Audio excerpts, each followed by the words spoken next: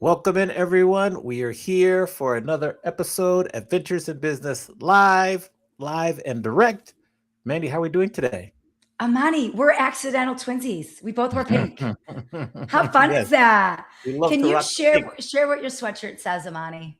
Okay, so it says the Amaniacs. So this is my crew during the pandemic that was supporting when I was streaming live on Twitch. I got all their pictures, made them all cartoons, and it's one of my favorite hoodies that I ever own. So yeah. Oh, it's so cute. I want to be. How do I get to be an Amaniac? What is Well, I that? Like have what? your cartoon, so when I make part two, you'll be on there. Yes. Yeah, Okay. I yeah. want So to you're be an there. Amaniac. I want to be Okay. in the next. Can it be purple? Because our show's purple. Can you do like an Amaniac or no? Is I that could is do that not the. You part of the can line? get the hoodie in different colors already. So if you want it in purple, you can make it purple. I like a light purple, Okay. not a dark purple. So Yeah, I yes, like a light purple, like a little lavender kind of yeah. thing.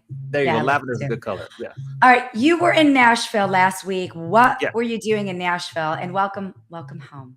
yes. I was in Nashville for an accelerator event for Brand Builders Groups, year three. So I was there learning about like growing my coaching program, growing the speaking, all the things.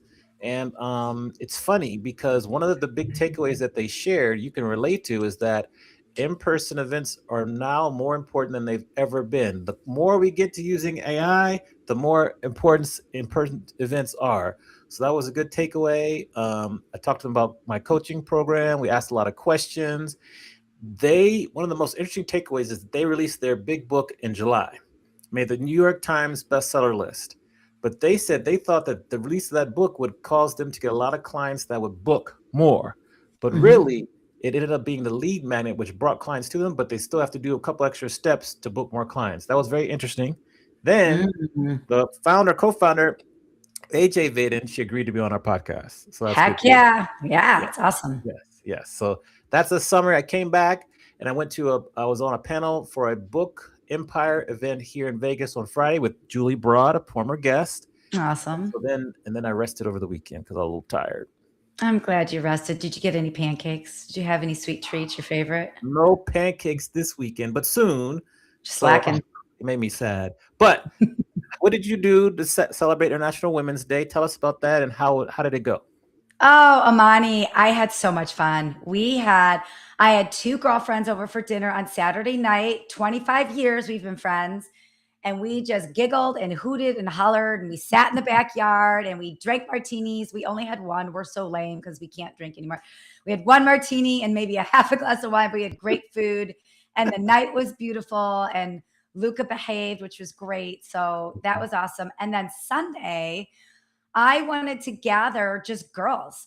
So I created a flyer and Mm, said, I will be at this place from 1 to 5 o'clock. If you want to join me, come join in. And the flyer had a lady doing a high kick because I love a high kick. yes, you do. And You do. and we had girlfriends and allies join us. And I filled up a bag from my gift closet. So I had Mhm. prizes. I had a little Okay. sign. If you All meet right. a woman that inspires you in a conversation, on your honor, pull out of the prize bag and give her a prize. So like ladies were like reaching in the bag and they were giving the portable fans for perimenopause and they were giving books and they were giving eye Okay. patches and it was awesome. Okay. So All it was right. fun. Yeah, I really celebrated being a lady all weekend. It was As awesome. you should. As you do. Before Mhm. we get to our guests, any bingo card updates? I know that next week I'll have an update for you. Next week I Okay. will. Let me see. Let me see. Oh, well, I've got my writing retreat tomorrow, and that's Okay. two. So I've got a Okay. bingo card. I've got attend a creative experience crossed out, and I've got my creative space complete. I have three of my bingo things crossed out, Okay. Amani. I've Yeah. got my free space and then two. So by the next week I'll have another one filled out. We're getting close. Well, we'll Yes. have a we'll have a mini episode about it Yes. at the end of the Yes. month. Okay. Now, All right. Let's now talk about it. tell us who our guest is today. I'm so excited. I got my notes. You see me here, man. I got my little book here ready now. Oh, you're back. I know. I got all mine too. I know. I know. Oh, I'm so excited. We got a firecracker today, Amani. We have a top notch professional speaker, a top 12 podcast creator, a Shark Tank alumni with an offer from Mark Cuban. She built her business tippy toes to 70 franchises before exiting in 2024. And she's now the president of events and coaching for Jesse Itzler's company. She's a mom. She's a gal pal. She's a wife, and she's got a really rad sense of style. Welcome to the show, Megan Reilly. Yes. So round of applause here. We got round of applause happening all over. Hi, Megan. Thank you Welcome. for having me. Hi, thank you. I have to say, I just want to like listen to you continue to chat, and I want to hang out with both of you guys. Yes. You're doing very cool things all the time. We can make that Love happen it. for sure. Let's do it. Now we have lots of questions for you, but my first one, and I work with my fact checkers, me, and we try to confirm this. Did you really walk on and play basketball at Oklahoma State for the Cowboys as a freshman? Is this true? I walked on the University of Oklahoma basketball Wow. team. Okay. My when I was a freshman, walked on at the University of Oklahoma back when they were a powerhouse, and walked on. They cut all the other walk-ons, and then they said, "Hold on, Megan, we want you to stay, and we want you to stay on the team." And there's more to this story. It's a bit of a story which we could go into now or later. Yeah, but, let's hear it. Okay, so I was a walk-on, and I felt like a walk-on, and I had never felt like a walk-on before. So normally, like before this, I was pretty good on my team, and I had the different persona, and then all of a sudden I'm a walk-on, and I feel like I am slower. I am not as good at shooting. I am never going to play on this team. Stacey Dales was on the team. Lanisha Caulfield was on the team. Like it was like Wow. killer team. Yeah. Wow. And so I showed up to the camp in the summer, and I was like, I just want to try because I want to be at the University of Oklahoma.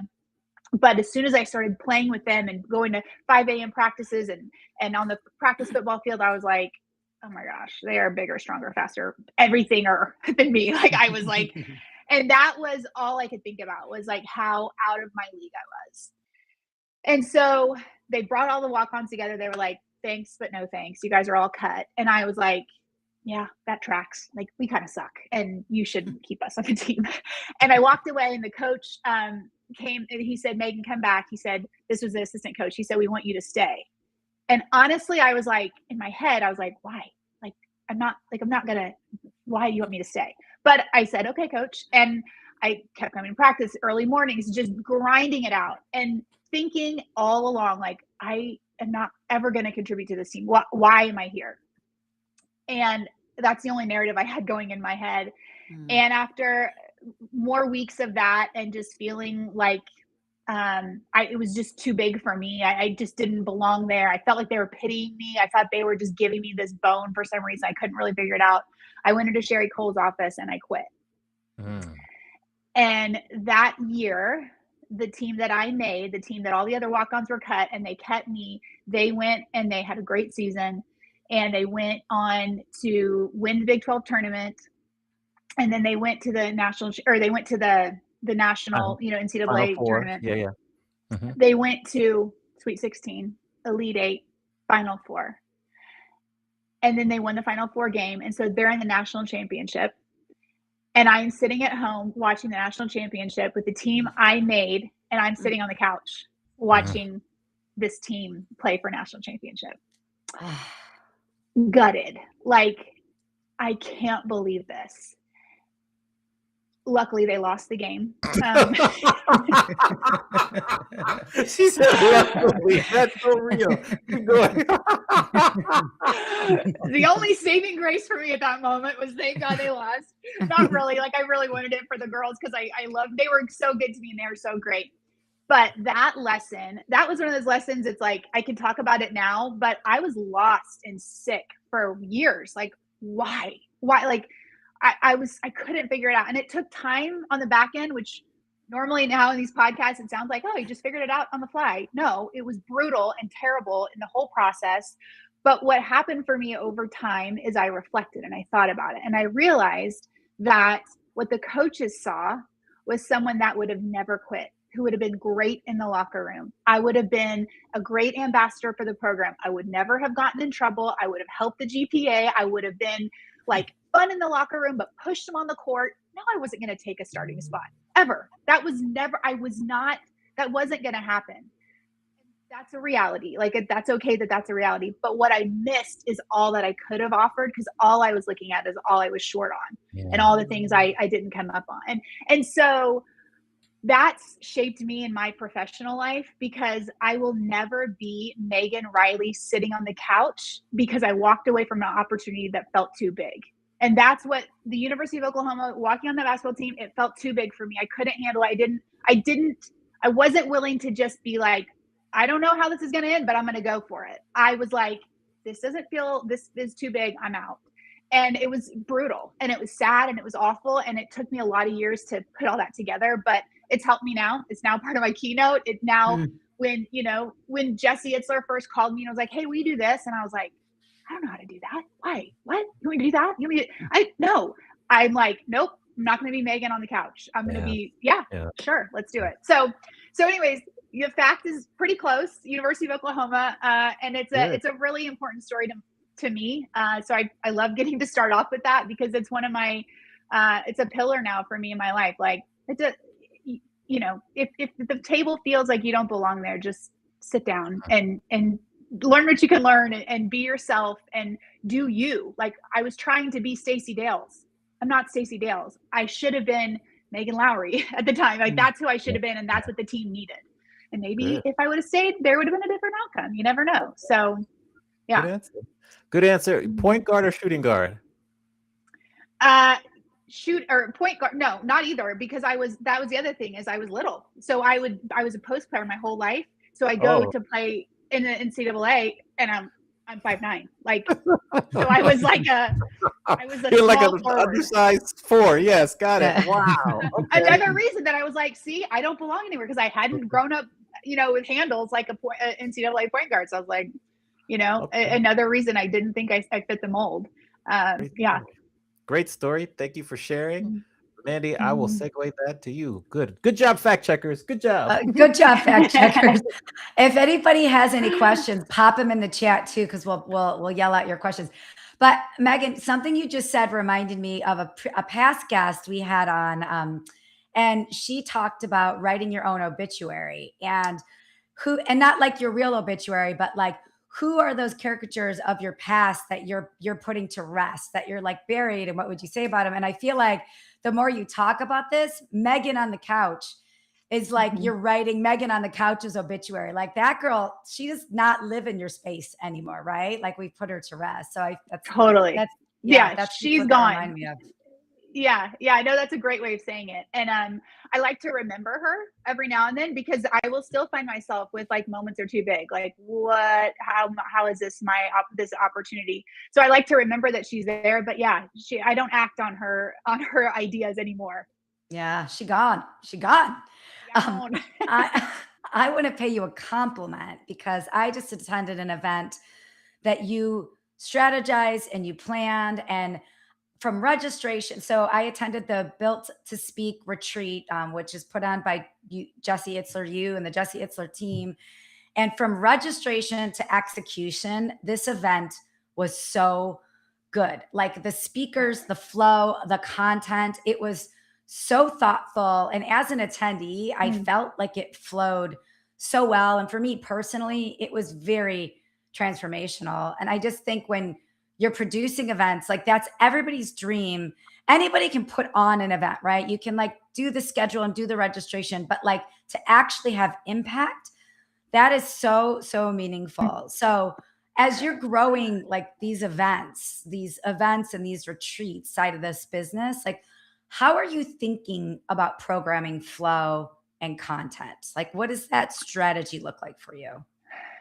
Well, thank you for that compliment. Coming from you, it's like huge, because you are like an expert in the field, beyond an expert in the field. So that means everything to me. And I also must say, being able to run an event with someone like you coming, your encouragement and your kindness and your engagement with everything, it was like, it's nice, because I think sometimes we forget everybody's a person and everybody likes to be called out for whatever it is. So, and you did that the whole time. So thank you.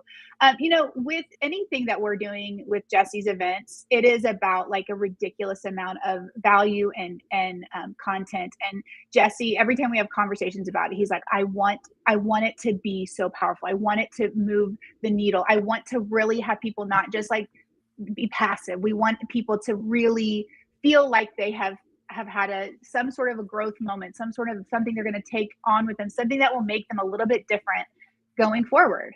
And the truth is that when that's your main focus, that's all we thought about with, the people that we brought in and the experts that we brought in, like and then how can these people all play together? To me, it's a big puzzle piece, and it's a big puzzle. And you're thinking like, it can't all be the same color. It can't all be the same shape. They all have to fit together. And I think it's being obsessed with bringing value and content for people that can weave together really nicely. I think that to me is the combination that's really important. It doesn't hurt when Jesse is involved, because he's always like, he could just goes like just to the next level always. Like it'll be like normal, and then he'll be like, what if, XYZ. And then you're like, yes, that is so cool. So it's helpful to have a leader like that too. Yeah. And then building community. Because I think that's the other thing, right? You want people to come back to your events over and over again. And it's getting people to sign up is one thing, getting them to be engaged and then tell other people about it and come back. So from building the community for all of this, like, what do you think is the key to building a durable events community, or just a durable community? Like, can be translated to business community or a soccer community or whatever that is. Like, what do you think the key to building a durable community is? Yeah, I love that question. And I would say, like any event, it's always, to me, the community is the underlying X factor that can make it like such a different experience for everybody. Because the truth is that lives on well beyond any speech or any presentation. It's the community that it's like the heartbeat that keeps on beating long after any event. And I think that's incredibly powerful for anyone running events or anyone creating community. Is also, being really authentic with everybody and, I feel like sometimes things are too polished or too like, this is how it's supposed to go. And this is and I just feel like being very human is very important. And so like, we kind of joked during the event, like, oh, you know what, we're going to switch. We're going to go to Jesse's house instead of go here, or whatever it was, that letting people in on it with you is important. So we've had another community called Adventure Club, and they, is a community that you end up feeling like you're a part of something bigger than you. And you do that by helping connect people, by connecting dots for people. That's kind of what I think our team tries to do too, is like, oh, you know what, it would be really great if you connect with so-and-so. So being a facilitator, I think that's part of it too, is meeting the people and being able to help make those connections as you go. And I also feel like being slow with people is really important. So once they're there, not rushing through the conversation, not looking past them the whole time, and like, not letting people feel that they are the centerpiece. Like, I am here to talk to you, Mandy. I am here, like, it's important for when I see you at the event to like finish the conversation looking at you in your eyes and remember the story about how you met your husband. Remember your stories about your dogs, like knowing that you can, it's remembering that people are the most important, and you need to be slow with them and not just run through the event to like check off the list. It's about making the connection with people. And you do that by being slow with people and having those full conversations that really like stick with you. I think that's such a powerful takeaway, because whether you're the one planning the event or you're the owner of the event, like, I just think it's so easy to not be slow with people, because you're like thinking about the next thing, or you're like wondering what time rehearsal starts, or you're like, why is that food coming out? I didn't order that.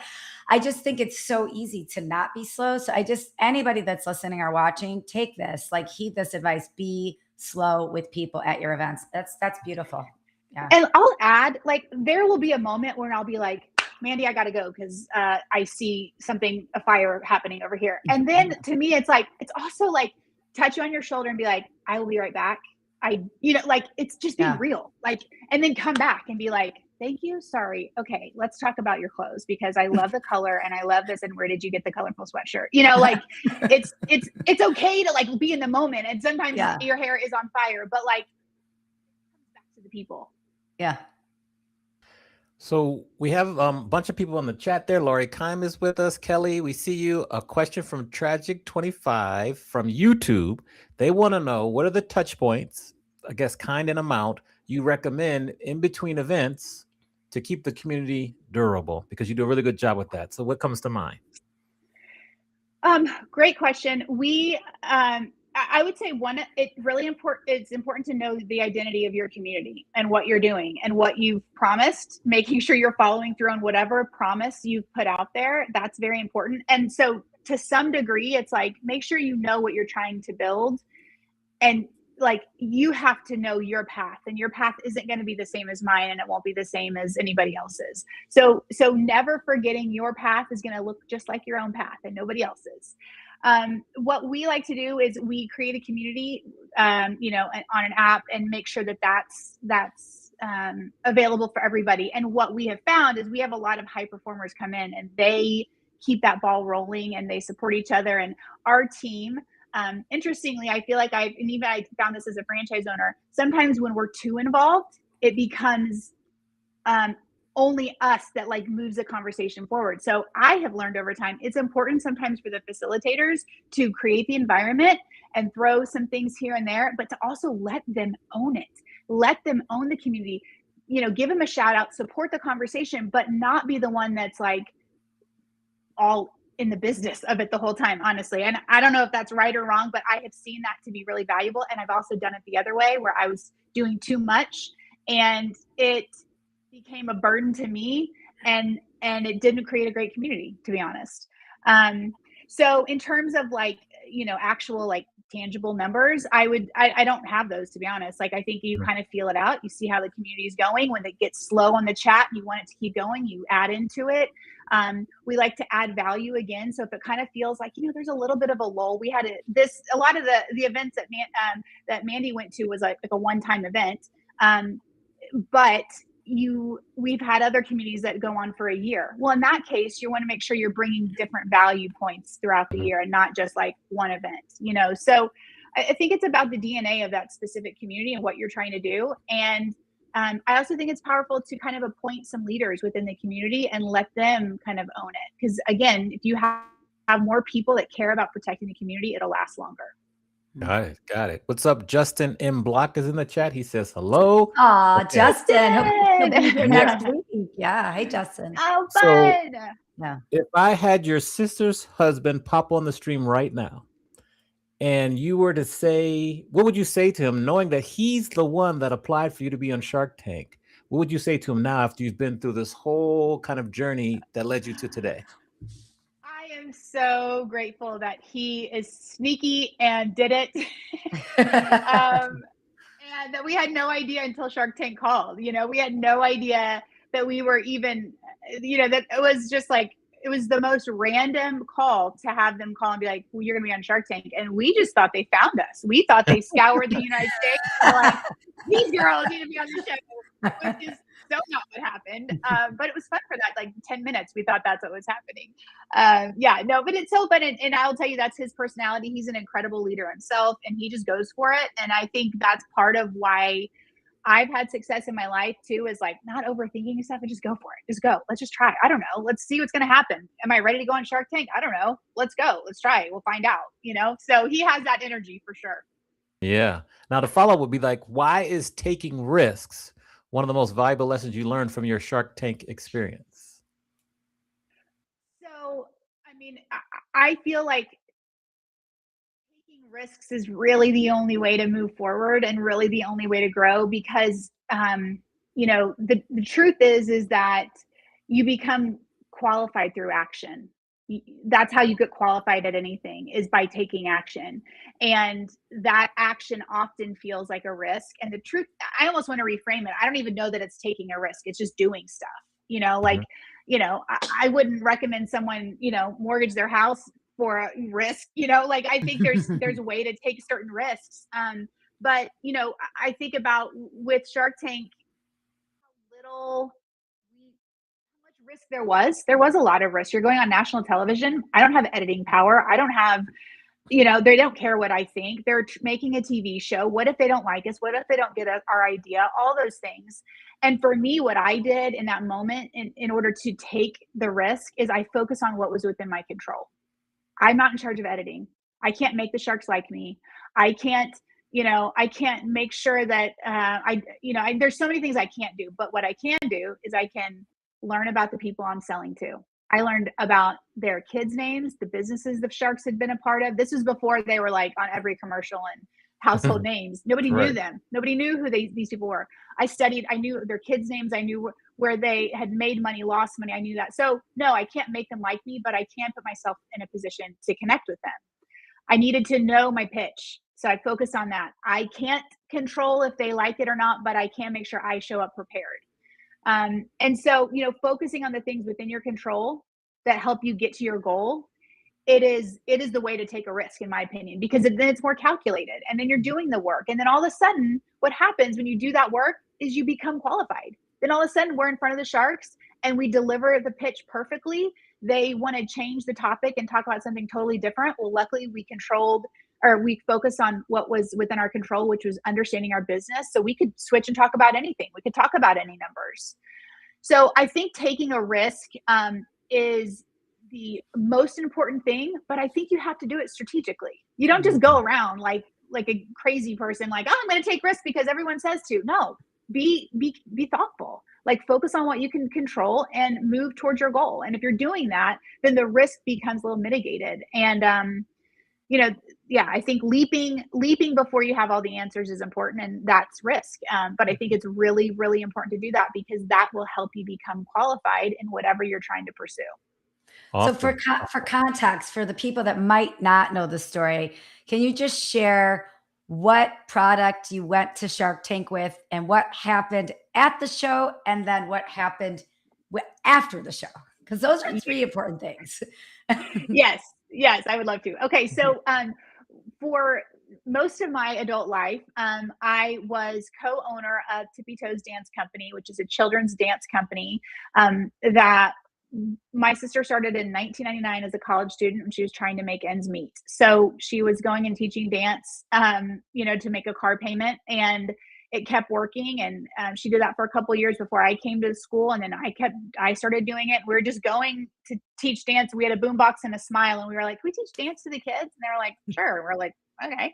And by the time we graduate, it's a business. It's like a real thing, making money. We were always in the black because we were going into daycare. So we didn't have a building. We didn't have a lot of overhead. We were using what was natural to us. We grew up dancing recreationally. So it was like effortless because we were leaning into our natural talents, which I think is another really important thing that people should do more of, is like, it was so easy to start the business because we were doing something that came easily to us, And so we built the business over years, and it was 10 years later that Shark Tank came out, and we'd love watching the show. Like we used to come home from school and put on a business suit. Like I was a nerd, but I loved the idea. I'd come home and pretend like I had my own business and what a nerd. But anyways, I loved it. And I've always like loved the idea of building and creating and leading. And so Shark Tank came on and it was like, this is so cool. This is so interesting. Other entrepreneurs. Again, this was before it was such a popular way of life. And it was like the first time I saw my people. It's like the first time I saw people talking about these things and seeing their passion. And my brother-in-law, without my sister or I knowing, submitted for us to be on the show. They call us. They're like, we'd like you to come on the show. We're like, oh my gosh, couldn't believe it. This was crazy. We get out there. It's a wild experience. We had no idea. They don't promise you anything. You don't know what's going to happen. Are you going to get on the show? Are you not? Are you going to get in front of the sharks? Are you not? If you do, are you going to get aired? You're on the ropes the whole time. You have no idea what's going to happen. And, next thing I know, literally like the last hour of the last day of shooting, we get a knock on the door while we're at the Sony lot, and they come and they shuffle us across the lot in LA. And, next thing I know, I'm like put in this little black curtained area. Some guy comes in and like sticks his hand up my shirt to put my microphone in. I'm like, we went to second base, and he never told me his name. It was like very unexpected. I was like, oh, okay. And then he opens the curtains, and it was the Shark Tank hallway. And so we went down the hallway. We delivered, we had focused on the things within our control. So in that moment, we nailed it. And we had 3 sharks wanting to make us deals. In the end, we accepted a deal with Mark Cuban on the show. We were, communicating with him, talking with him afterwards. And push came to shove, and it wasn't, when you get into the nitty gritty of it, we wanted to make some adjustments to the agreement, and it was not received, and it was like, absolutely not. And so he said, thank you, but no thank you, which he was not happy about at all. He was very mad. And then we went on to continue to build our business. At that point, we had just started franchising. At the time I exited, about 15 years after that, 14 years later, we had 70 franchises in the United States. We had a master franchise in China. It's still going on. I ended up, my sister is still operating it, owning it, growing it, loving it. And so, yeah, it's something I'm really proud of, and something that we did. I don't have a business background. For years, people would talk about a P&L, and I was looking up P-N-L, like, what is Pinole? Like, I didn't know what it was. Like, I didn't know anything.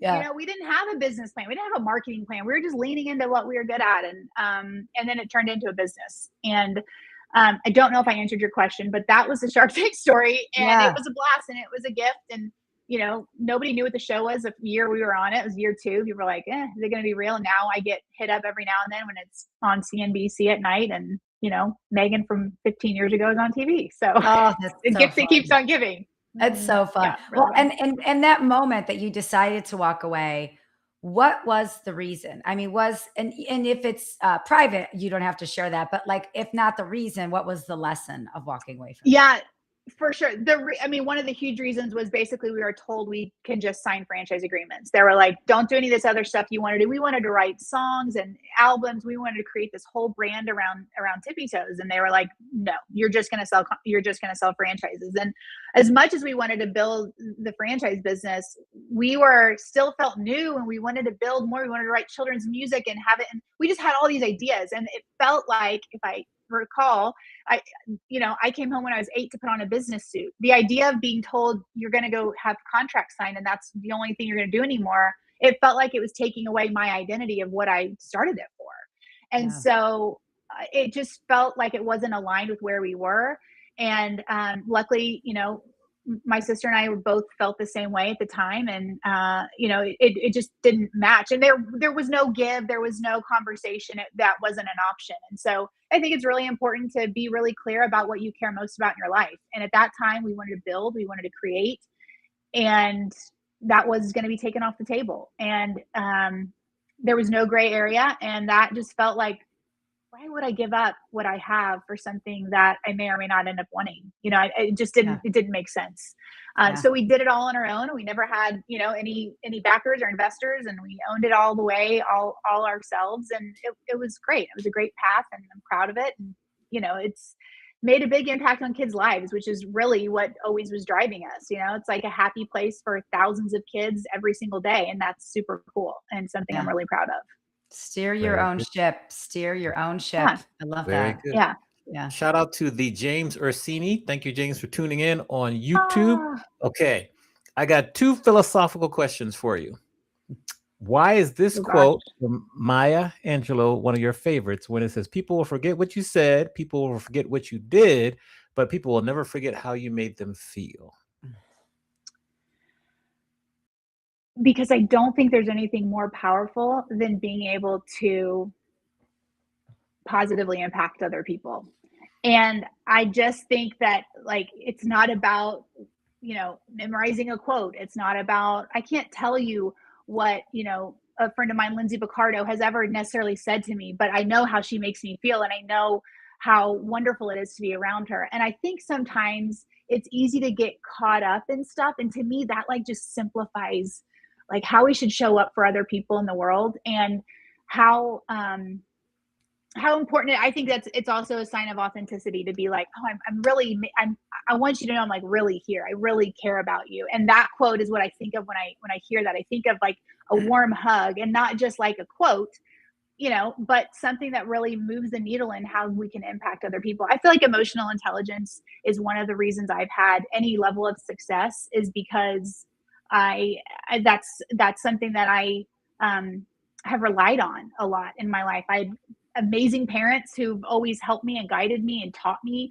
the importance of taking care of people that matter to you. And I think that is what that quote kind of is talking about. And I think it's also coming from who it came from. I think it means even more because she didn't always have, she could, it's important on both sides. Like, how are people going to make you feel, like good or bad? It's important to really identify that and then put more of those good feeling people in your life, because that makes all the difference too. Yeah. It does. Yes. Mm-hmm. Have you had dinner with Oprah yet?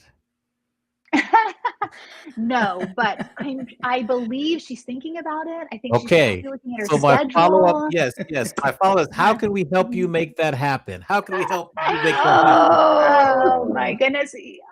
Amani, I want to know where you did this research, because I am very impressed. It is a deep cut, and I'm here for it. I like it. Yeah, I'm impressed. Yeah, we need to make that happen.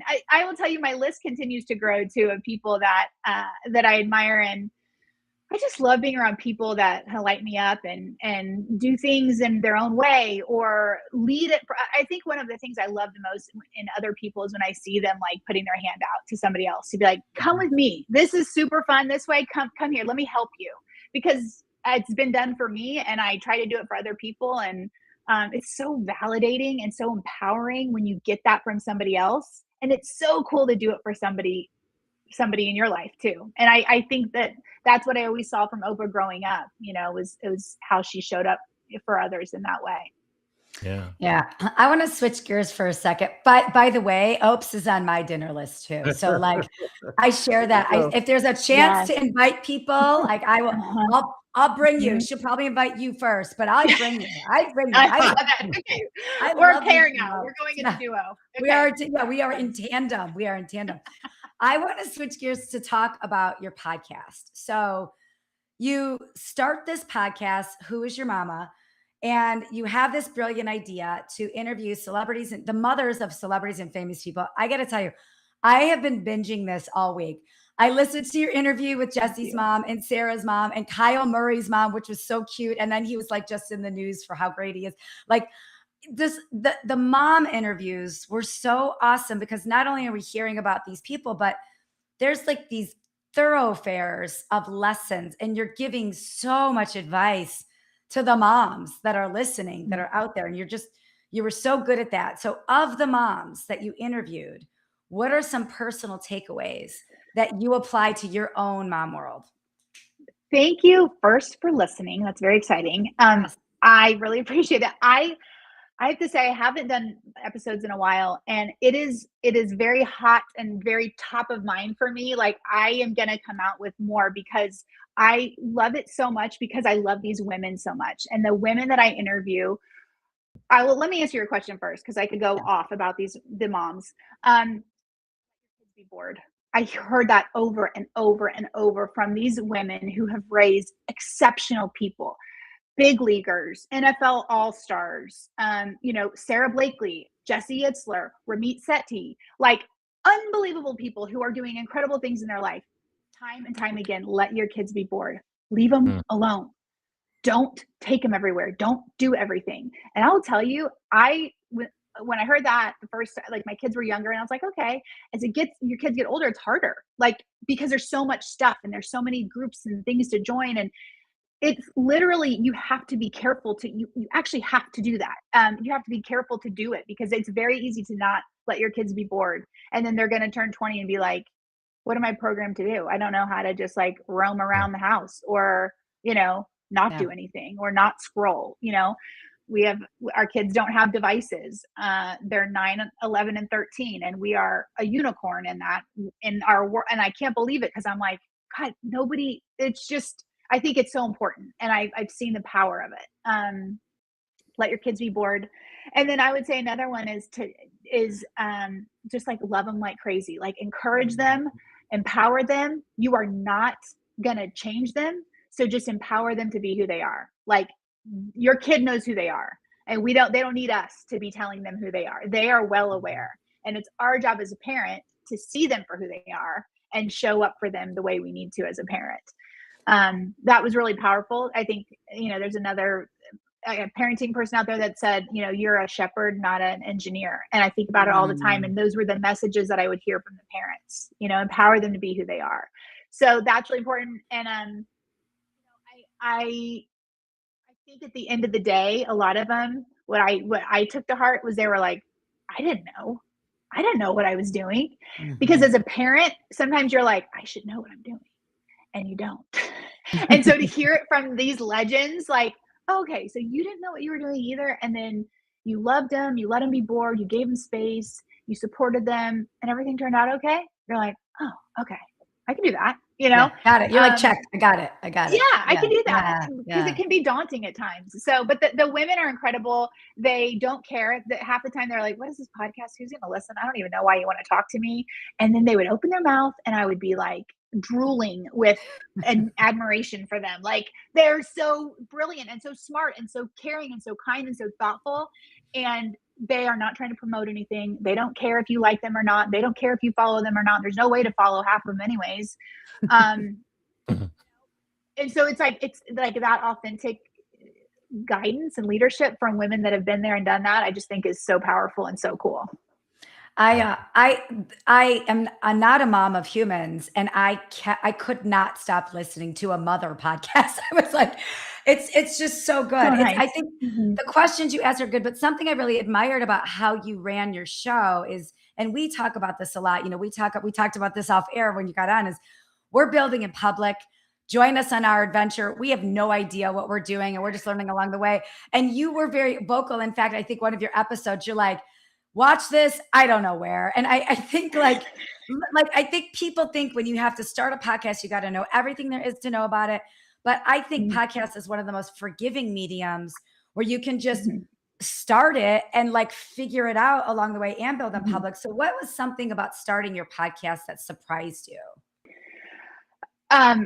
Again, your guys' homework is incredible. Like I've never been on a podcast where people like, you guys are like really, really good. But I have to say, so starting my podcast, it was an idea. And that was all it was. And I was like asking, Beyonce, her mom, Justin Timberlake, Michelle Obama. Like I was asking everybody, right? And on DM, like, I don't know. I was trying to find emails, trying to find like doing all the research. Nobody wanted me to do anything. Nobody replied, of course. Like, no. And it was 10 people, 20 people, 30 people, 40, 50, 60, 100 people. Nobody cares. Jesse Itzler posts something. I'm like, well, I'll send him my pitch and I'll tweak it a little bit and see if it, and he was like, I'd love for you to interview my mom. I'd love to hear what she has to say. I'd love for her to be on your podcast.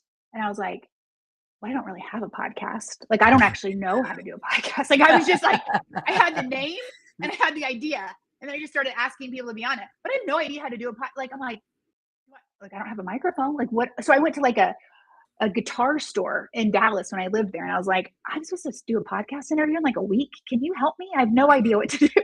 and I had no idea. And so I figured it out. My first episode was in my house underneath the stairs in my kids' play closet. And I taped, my notes to the wall, and I had these pillows stacked and blankets around me, and I had no idea what I was doing, and I was sweating bullets. And it was the first interview I've ever done in my entire life, was with Jesse's mom, who was 86 years old, and I was calling her on a phone. And that was my first experience of ever, doing an interview, and I was intimidated and overwhelmed. And when I finished the episode with an 86-year-old woman who had never been interviewed, she was being interviewed by me, who had never interviewed anybody, I like fist pumped. Because it wasn't about the bells and whistles. It wasn't about my studio. Nobody cared about my microphone. Nobody cared what anything. They didn't care what my questions were or anything. What mattered was the content. What mattered was the heart. What mattered was it was two moms connecting who really wanted to talk about parenting. And that works. That's all you need, really, is like coming from an authentic place where you're going towards something that you care about and that the guests cared about. And that's where the magic came. I had no clue what I was doing.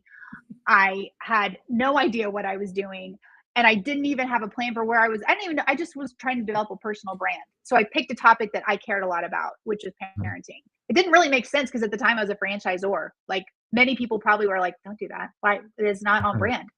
Yeah. But it was on brand for me, And so I just think so many times when something lights you up, you just have to follow that. Like if it's something is lighting you up, there's a reason it's lighting you up, follow it, follow that fire. There's something there. And my second interview was with Sarah Blakely's mom, so like Jesse heard it. He was like, oh, this is amazing. And I was like, it is? Okay. I was like, yeah, great. He's like, I want you to interview my mother-in-law. I was like, oh my God, like done, like I am, again, back to what I said earlier, like become qualified through action. When he said, will you interview my mom? I cannot tell you how unqualified I was to be having a podcast episode. Totally unqualified. Right. But like, I showed up and I cared a lot and it worked. And, I think all the bells and whistles and all this starting pretty and like it has to be a certain way. No, it doesn't. It doesn't. And you know what? On the back end, if you don't have the perfect website or the perfect Instagram thing, I didn't know what I was doing. And you're right. On the thing, I was like, you can listen to this where I was like, I don't know, because I was the one that was going to edit it. And I was going to be the one to figure out where I'm going to post it. I was like, I don't know where I'm going to post it, When you said you could listen to this, you're like, I don't know. I'm like, I love this. Like, this is so real. It was so great. Very real, that is for sure. It was so great. We've come to the time of the show now where we have to flip the script, which is going to be very interesting. So now you can ask any one of us a question. Doesn't matter what the question is. Nothing's off limits. So who you going to ask the question to, and what is said question? First, we each get one.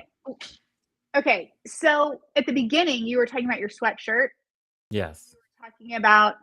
You said something like, I have your cartoon to Mandy.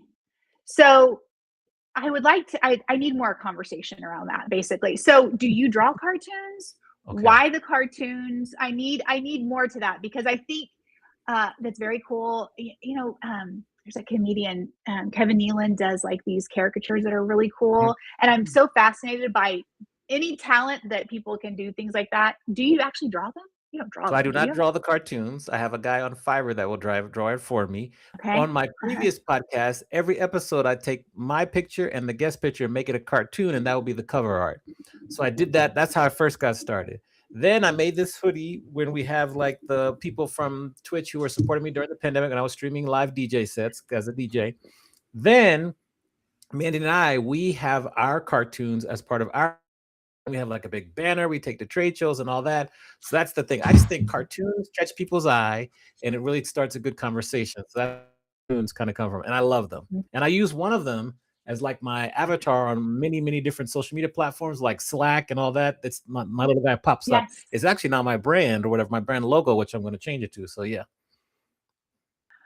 Okay, I love that. And I totally agree that it always, like, I can picture you right now, your Instagram, because of your cartoon, and I feel like there's something sticky about it. And so, thank you for sharing that. Okay. Mandy. Okay. My question, because I know you're a great speaker and because you are often in front of people, I'm curious when you are, and I'm sure that you have people that listen to that have, go on stages and speak as well. I'm curious when you're on stage, when you're speaking, when you're talking to groups of people, what is like, you can either pick your thing that you love to see in the audience or the thing that you're like, this is the worst if I see this in the audience. Like, because I didn't know what it was like until I became a speaker. And then you realize when someone's like, you're like, oh my God, you're killing me as a speaker. So now when I'm anywhere, I'm like this the whole time. I'm like, because I just know as a speaker, you like die in your soul when someone's yawning. So I was curious for you, Mandy, do you have anything that you love to see in the audience or that you find to be a challenge, or both? Oh, I love this question. Really quick on the yawning though. I used to freak out about yawning. And then I realized sometimes it's really cold in those rooms by design, and yawning is a natural reaction to being cold. So I got over the yawning, but I just passed. You're like, you're cold. I'm like, you're cold. I love it. I'm cold too.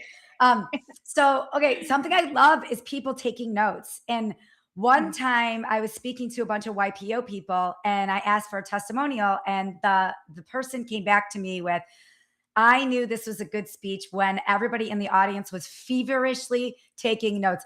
Like the word feverish, I was like, oh, I love that. Like that's like love language. But when people are taking notes, whether Mhm. they're like Yeah. handwriting or on their phone, I don't assume if people are on their phone that they're like checking their emails, because a lot of people use their Yeah. notes app, right? So Yeah. Yeah. when people are taking notes, that like makes my heart pound with happiness. I Mhm. love that. Mhm. And then the thing that I notice, and this always happens towards the end of the speech, and I notice this when I'm in an audience too, Mhm. is like the last 10 to 15 minutes, if people are starting to look around or they're like edgy in their seat, I'll Yeah. sometimes I'll change the energy a little bit, or I'll wrap up in a different way. Or if I'm in the audience, I do the same thing, Megan. I overcompensate. Like if I see people like edging in their seats or looking around, I sit up extra straight and I like stare at the speaker, because I want to give them all their flowers. It's You're so like, hard I'm here to be for up you. there. Yeah. Yeah, like if no one else is, I'm here for you too. I do the same thing. But I notice a physical body twitch kind of thing. And like, that's when I know, okay, Mandy, like wrap this up, or like pay close Yeah. attention to the other speaker. Yeah. Yeah. Yeah. Yeah. Yeah. I love Good that. stuff. I love it. Well, that's actually a good segue, because I have a question for you about your professional speaking, because you are Mhm. an awesome professional speaker. And when you take the Mhm. stage, you inspire people to take one little action, even if they don't know what they're doing. I think evidence would show like you have a Yeah. theme here, right? Like just take the action if you don't know what you're doing. Yeah. So what's one little action that you've taken that has led you down an incredible path? In speaking or just in general? And speaking or in general, whatever comes up for you when I ask that. I mean, you've already talked about Shark Tank. You talked about emailing everybody and Jesse responded. Like, is there anything else like when you're on stage that you're like, God, I just wish if they would just take that little action, like they just the pot of gold on the other side is so amazing. Yeah. You know what I think people, it actually kind of goes back to the basketball story. What I think a lot of people miss is like what comes really naturally to you could be groundbreaking to somebody else. Hmm. And you don't see it because you're like, oh, that's not that big of a deal. Like for me, it was like, well, I mean, yeah, I'll be a good teammate, but that's not a big deal. Well, Yeah. it actually could have been a really big deal. When I go speak, actually, just out of curiosity, can either one of you sew a button on a shirt? No. No. Okay. If Sorry, you saw Mom. I know someone my that, mom's listening. Sorry, yeah, Mom. I know you taught me that. so I love that you both said no. It's very funny because usually in an audience, when you're in it, you can imagine you're in an audience and I'm like, who can sew a button on a shirt? And most people are like, on a shirt. And I'm like, I can't. I don't know how you do it. I've tried and it doesn't work and I can't do it. And but like when you can do that, you're like, that's not that big of a deal. So I think that there's a blind spot for people at their own greatness because it's what comes naturally to them. It's what comes easily to them, and it's really meaningful to other people. And so, to me, that's the green light to keep showing up as yourself, and don't take yourself for granted. Don't take your special gifts for granted. Don't take the things that you can do easily or that you're excel in. That means something. That matters, And so that's something that I've identified as really important. So instead of shrinking the things that I don't think are that big of a deal, I own them, and I want, my greatest hope is that everybody else does too. I see people struggle with this a lot, that they just don't feel like they don't have the thing to offer, and I'm like, you are the thing. You do have, like, it's you. Like, as soon as we really understand, like, so much of the success I've had is, it hasn't been like, it's been like just paying attention to the things that we're all capable of inside of us, like owning who you are and taking that leap of faith. And those things they don't require anybody else. It just requires the willingness to kind of bet on yourself and bet on who you are. And yeah, so I think that's something that's made a difference for me, and I've seen as resonates with audiences when they speak with them. You are the thing. Love that. Yeah. So great. So I have a follow-up question to that, and then one final question. Why do you think it's so hard for people to take action? We get all these ideas, and to take action, it's so hard for people. Why do you think that's the case? I think people are afraid of the unknown. And so the idea, it's not even just a failure, but just like, I don't know how it's going to go. And that space between knowing what's going to happen and not knowing what is going to happen, that's to me where so many people drop off, because it's like, well, I don't know what's going to happen. And I would just say nobody else does either. Nobody else cares. And I will say, over like in the later part of my career, I have learned from being around people like a Jesse Itzler that, like, they don't have a code book for how everything's going to go well. They're the same boat that everybody else is in terms of, like, I don't know, we'll figure it out.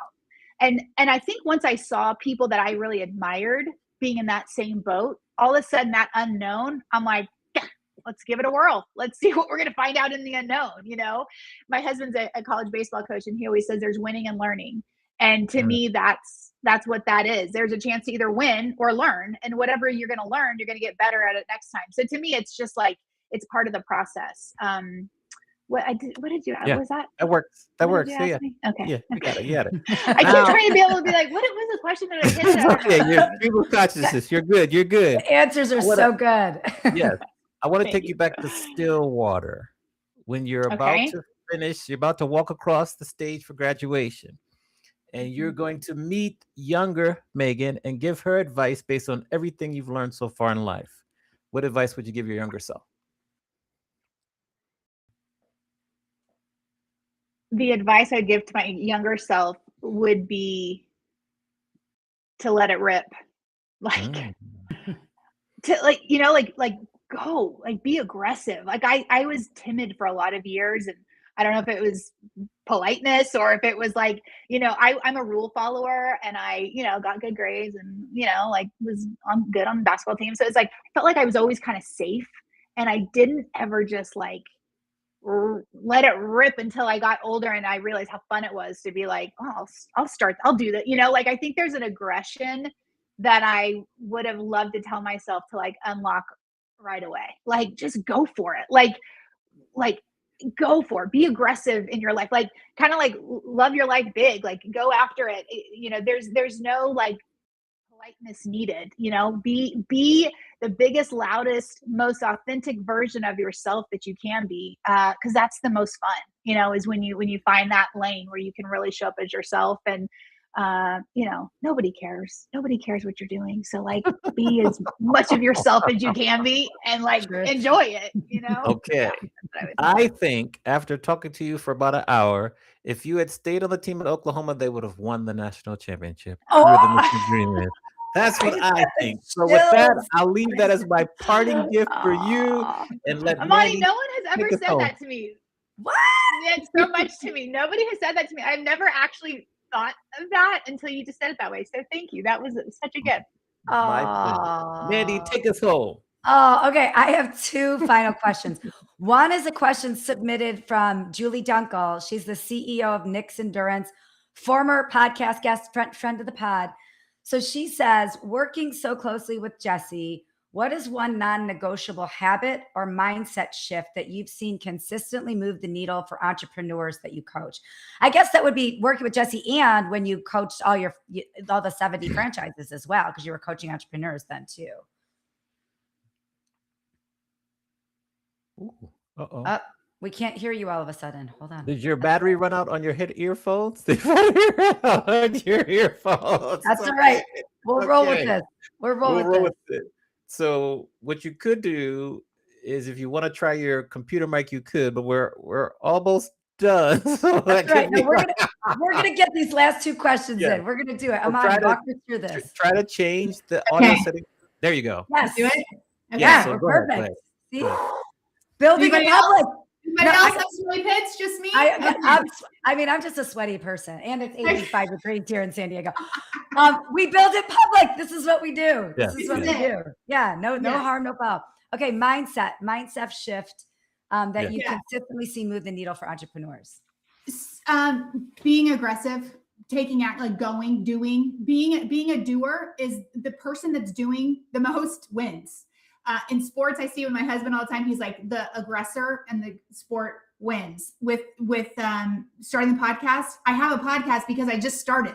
Like, you just taking the action is way better than doing perfect action. Like, imperfect action is better than no action at all. And oh my gosh, it's so true. And Jesse is such an action taker. I remember after the first event we did, I was kind of like coming back like, okay, good, we'll have like a little bit of a break. And I remember it was like, Jesse was like, okay, here's what I was thinking about for next time. And I was like, we just finished. Like, I just got off the plane from the last one. Are we not going to chill for a day? And he didn't. He doesn't. It's just going. And there's a reason that he's had the success he's had. He doesn't. You don't just wait. Things don't come to you. You know, you got to go get them. I think if you're going to be an entrepreneur, you're going to build something, you got to go do it. You got to go get it after it. So I think being aggressive is important. I love that. Okay. I find 2 more questions. Sorry, Amani. I know this is what I do. Okay. Amani asked about teenage-ish Megan. I want to go to the way back machine to like 7 or 8-year-old Megan, the one wearing the business suit. Mhm. What is Architecture Alley? Oh my gosh, the research is unbelievable. It's like Architecture a Alley, chef's kiss. it's unbelievable. Architecture Alley was my architecture firm that I had as a 7-year-old, and I would come home and I would be like, I would like find something and be like, Architecture Alley, this is Megan. Can I help you? And I stapled everything, and I just wrote a bunch of notes to nobody, and I would draw houses on pieces of paper like I was an architect, and they all looked the same because I had one type of house I could draw, and that was it. So that's what Architecture Alley was. Thank you for asking. It's You're welcome. Yes, it is no longer inactive. It's closed. It's exited. You've exited. Yeah, I exited Architecture Alley. Yes. Sunsetted Architecture Alley. You've spent an hour plus with us. This has been amazing. My cheeks are aching. You've supported us. How can we support you, whether it's a Jesse event or it's booking you as a speaker or whatever else you have going on? How can we support and lift you up in everything that you're doing? So awesome. What an awesome question to offer up to people. So thank you for asking. I would say 2 things. One, I love speaking so much. It's such a joy. I love to empower groups of leaders and people that are building things, people that are leading companies. I think it's just important to hear stories. And I love to share the stories from working with Jesse, from being on Shark Tank, from working on a basketball team, from building a international brand. Like those things are like, to me, speakers are great when they can tell the stories, and the stories are where all the lessons are. So that's one of my favorite things. So I would love to speak to people's groups and companies. And then so right now we are planning for this event with Jesse. It's called Built for Leadership, and it is going to be at Duke University. Legendary Hall of Fame coach K is going to be joining us, former Duke players. We have a special guest that I can't quite announce yet, but it's going to be mind-blowing. If you love Duke, if you love sports, if you love leadership, if you love college athletes and that leadership that comes from that world, this is like a mind-blowing event. Jesse will be there the whole time. It's going to be bonkers, and it's going to be super fun. So if you want to come hang out with a group of like high-powered movers and shakers in the world, that's the place to be at the end of April. So yeah. I must interject. I grew up and still am a loyal University of Maryland fan. And one thing you know about anyone from Maryland is we hate Duke. However, I would still consider coming to the event because of you and Jesse, but we hate Duke. Coach K is like the devil to us, although we respect him and we know he's a beast. He still broke our heart too many times. Okay, Mandy, back to you. Amadi, do you feel better? You got that off your chest? Counting session. I get it. It's so great. We've got Megan's website rolling across the ticker. We'll put the Jesse events website in the show notes. But real quick, do you want to give a couple quick websites, Megan? People can track you down and find you. Yeah, you know what? LinkedIn is one of my favorite places to be. I love that. So hit me up at LinkedIn, Megan L Reilly, and my website's got more info on my speaking, and then Jesse's website's great with like all the fun events and things going on. There's never a dull moment over there too. So but that's it. I'd love to connect with people and love to have people reach out afterwards, and I love supporting other people. So if there's something that someone listening, if I can help with, or if I can give any piece of advice or whatever, don't hesitate to reach out, because I've had a lot of people reply to a DM or a question of mine along the years. And so I always try to do that if I can. It's beautiful. Well, thank you very much for being an amazing guest. It's been great to chat with you and laugh with you and learn from you. So we're just very appreciative of you being with us. So we're going to give you a round of applause. Put your degree real quick. So round of applause here for Megan Reilly real quick. We have applause. Yes. Thank you. Thank you. Thank you, Megan. So great to see you. This is awesome. Yeah. Okay, put you back in the green room real quick. Okay, Mandy, we are all done for the day. Amazing show. What do we have to look forward to next week? Next week, we have Justin Block, CEO of Block Adventures, investor, mindset expert. He also recently exited his company. He's a great guy. I got to sit next to him at Jesse's event in February. So we're just gonna keep this whole Jesse vibe going. We've got all Okay, these it's the different Jesse new, month. Yes, all it's these the Jesse month. these new community friends that we've Yes. met along the way. Yeah. So Justin O'Block will be with us next week. Okay. Yep. Thank you everyone for watching and listening live. Make sure that you subscribe to us on YouTube. Feel free to share with a friend. Give us a rating or review. Thanks to our amazing guest today, Megan L Reilly. And with that, we will see you live next week, 4 p.m. East Coast, 1 p.m. on the West Coast Got it. time zone. And thank you for your support. Bye, everybody. Thanks for being here.